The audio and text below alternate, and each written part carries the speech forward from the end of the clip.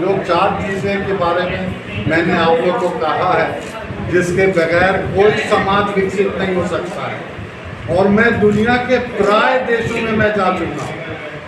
जब तक आप सार्वजनिक रूप से शिक्षा नहीं ठीक कीजिएगा, सार्वजनिक रूप से स्वास्थ्य नहीं ठीक कीजिएगा, सिक्योरिटी पुलिसिंग जब तक ठीक नहीं कीजिएगा, और भूमि प्रबंधन, भूमि सुधार की अभी हम बात नहीं कर रहे, भूमि प्रबंधन मतलब भू अभिलेख, ये ज़मीन आपकी है, किसकी ज़मीन है, ये 4 चीज़ नहीं ठीक कीजिएगा तो विकास नहीं हो सकता है।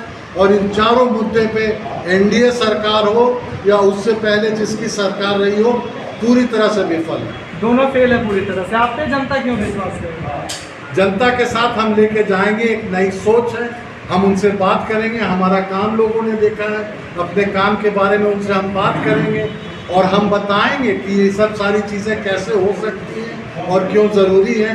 क्योंकि जो अभी हो रहा है, शिक्षा हो या स्वास्थ्य हो, बिहार में ज़्यादा, देश में उससे थोड़ा कम, दोनों शिक्षा और स्वास्थ्य का निजीकरण हो गया है। जिसके पास पैसा है वो तो पढ़ लेता है, जिसके पास पैसा नहीं है वो नहीं पढ़ता।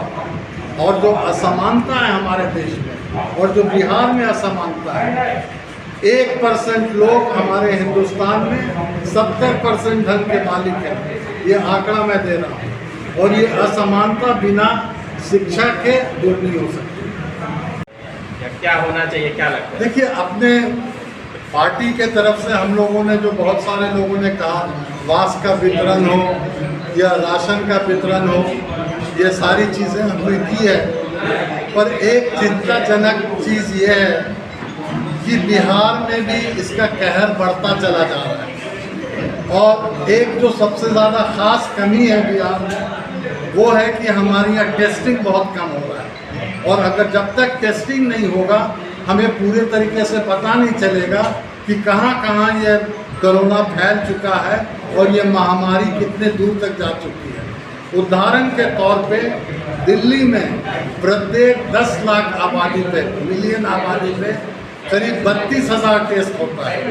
बिहार में बड़े प्रांतों में सबसे कम, प्रति 10 लाख पर 2,000 टेस्ट होता है।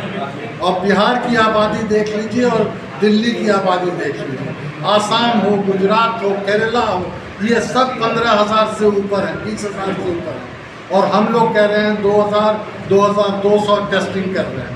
तो सबसे पहले तो हमें टेस्टिंग बढ़ाने की ज़रूरत है, और उसके बाद जो टेस्ट में निकलते हैं उनके लिए क्या उपचार होगा, उनको ध्यान रखना होगा। ये बहुत चुनौतीपूर्ण वक्त है बिहार के लिए, और सरकार को इसको बहुत संजीदगी से इसके बारे में सोचना चाहिए। हमने जो स्कूल बनाना शुरू किया, हम 5 स्कूल बना सकते हैं, हम 10 स्कूल बना सकते हैं, हम 500 स्कूल नहीं बना सकते। 500 स्कूल सिर्फ सरकार बना सकती है।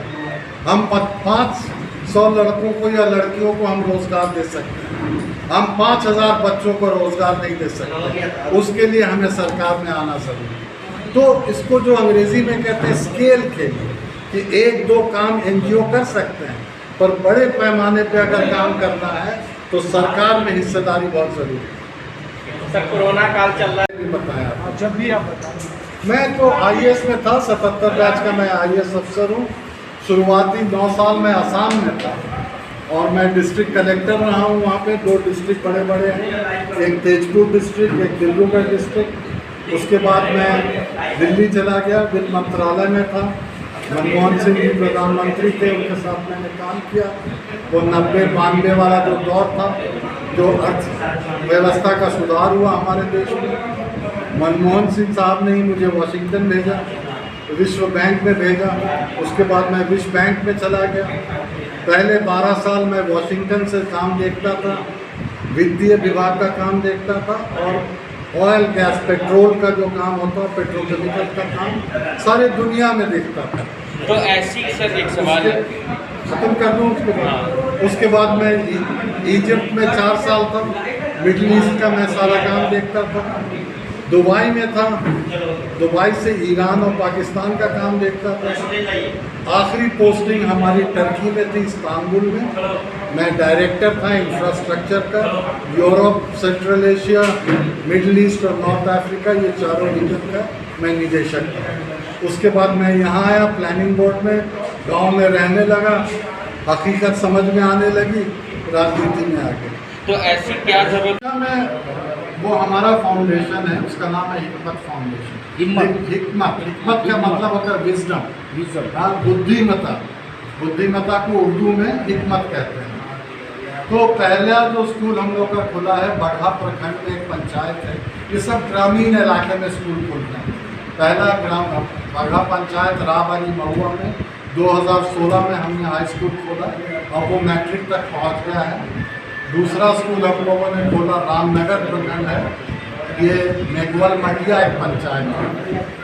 तीसरा हम लोग खोलने जा रहे हैं मैनाटांड और सिकटा पंचायत के बॉर्डर पे बहुअरवा एक पंचायत है, वहाँ खोलेंगे।